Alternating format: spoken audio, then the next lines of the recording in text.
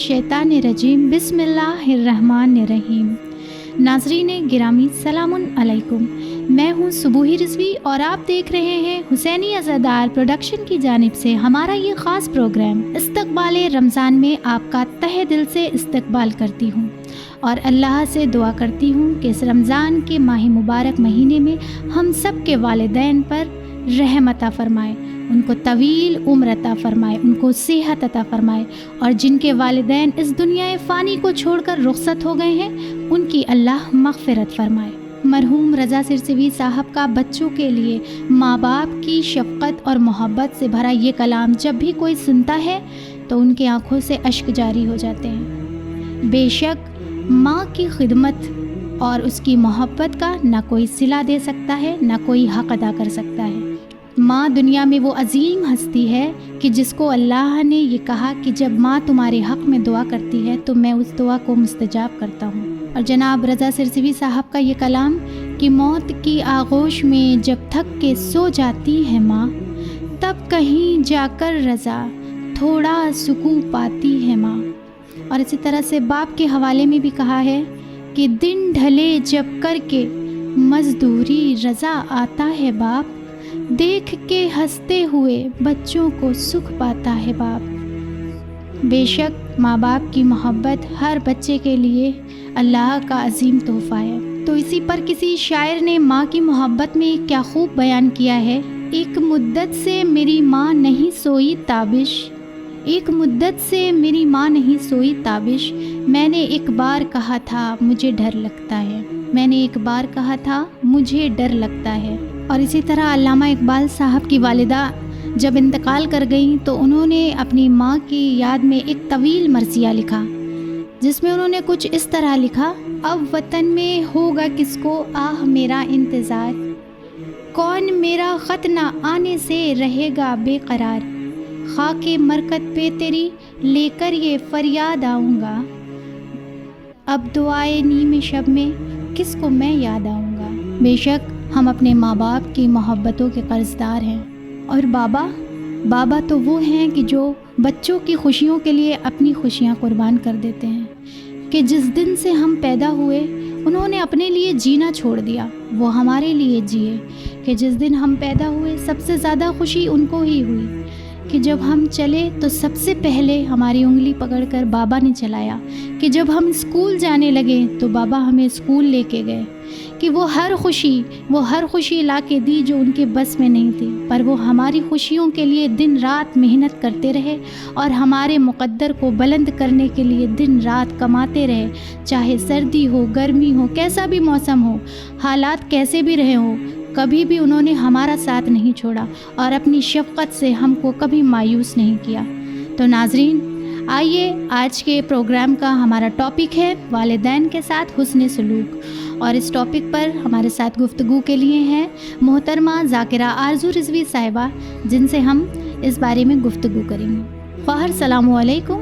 हम अपने प्रोग्राम में एक बार फिर से आपका तहे दिल से खैर मक़दम करते हैं।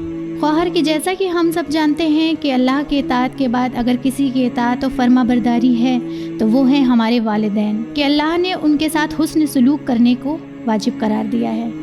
तो इसी हवाले से हमारा ये सवाल है कि अगर कोई इंसान सारे वाजिबात को अंजाम देता है, मसलन रोज़ा, नमाज, हज, ज़कात, खुम्स वग़ैरह, मगर सिर्फ़ वो एक काम ये नहीं करता कि वो अपने वालिदैन के साथ हुस्न सलूक नहीं अदा करता, तो इस हवाले से आप हमें क्या बताएंगी? ख़्वाहर वालेकुम अस्सलाम वरहमतुल्लाहि वबरकातुहू। औज़ु बिल्लाहि मिनश्शैतानिर्रजीम बिस्मिल्लाहिर्रहमानिर्रहीम। ख़्वाहर जैसा कि आपने बहुत अच्छा सवाल किया, खालिक़े कायनात ने इरशाद फरमाया कि तुम्हारे रब का ये फ़ैसला है कि तुम अल्लाह के सिवा किसी और की इबादत ना करो, सिर्फ़ इबादत अल्लाह की करो, परवरदिगार आलम की करो, जो इस पूरी कायनात का ख़ल्क़ करने वाला है, जो इस पूरी कायनात का पैदा करने वाला है। लेकिन इबादत अल्लाह की होगी, लेकिन ताज़ीम उन तमामी अफराद की होगी जिनके लिए दीन ने, मज़हब ने, शरीयत ने हमें हुक्म दिया है। ان میں سے عظیم شخصیت ہیں ہمارے والدین، ہمارے ماں باپ، جن کی تعظیم ہم پر واجب ہے، جن کے ساتھ حسن سلوک کرنا ہم پر واجب ہے۔ اب ایک مثال سے میں اپنی بات کو واضح کر دوں کہ درخت جب زمین کو چھوڑ دیتا ہے تو اس میں طاقت نہیں رہتی کہ وہ طوفانوں کا مقابلہ کر سکے، بلکہ وہ گر جاتا ہے۔ لیکن وہی درخت جب زمین پر قائم رہتا ہے تو وہ طوفانوں کا مقابلہ کرتا ہے۔ اسی طرح سے ہمارے والدین زمین کی حیثیت رکھتے ہیں۔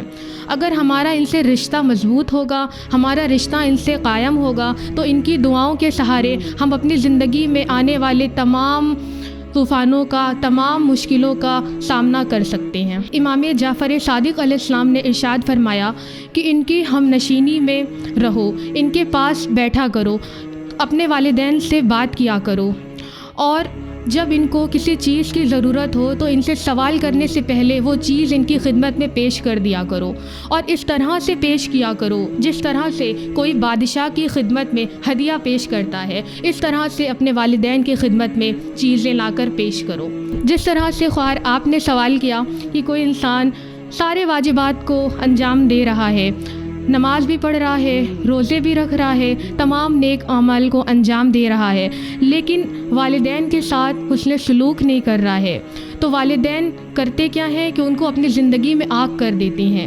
جب وہ ان کو آگ کر دیتے ہیں تو اس کا نتیجہ یہ ہوتا ہے کہ وہ دنیا میں بھی کسی کام کا نہیں رہتا وہ انسان، اور آخرت میں بھی وہ انسان کسی کام کا نہیں رہتا۔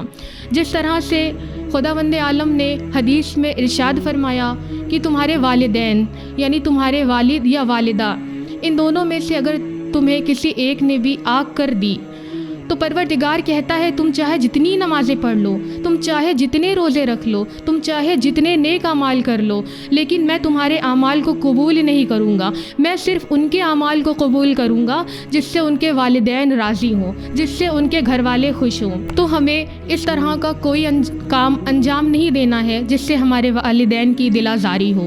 یہ حدیث آپ کو کنز الاموال میں مل جائے گی۔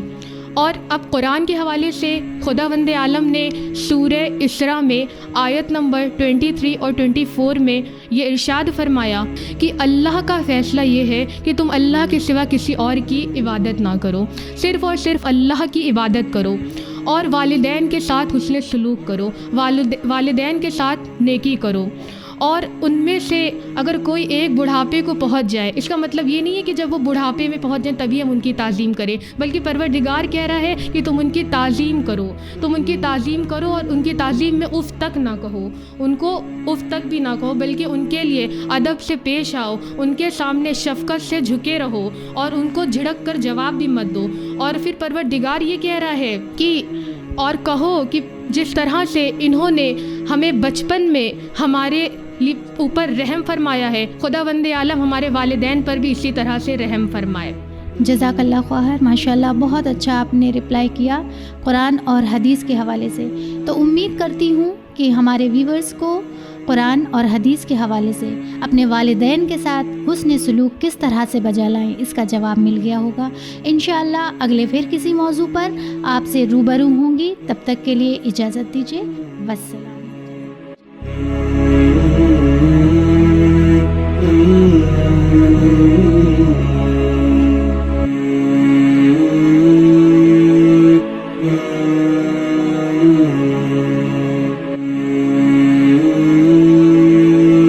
Yeah.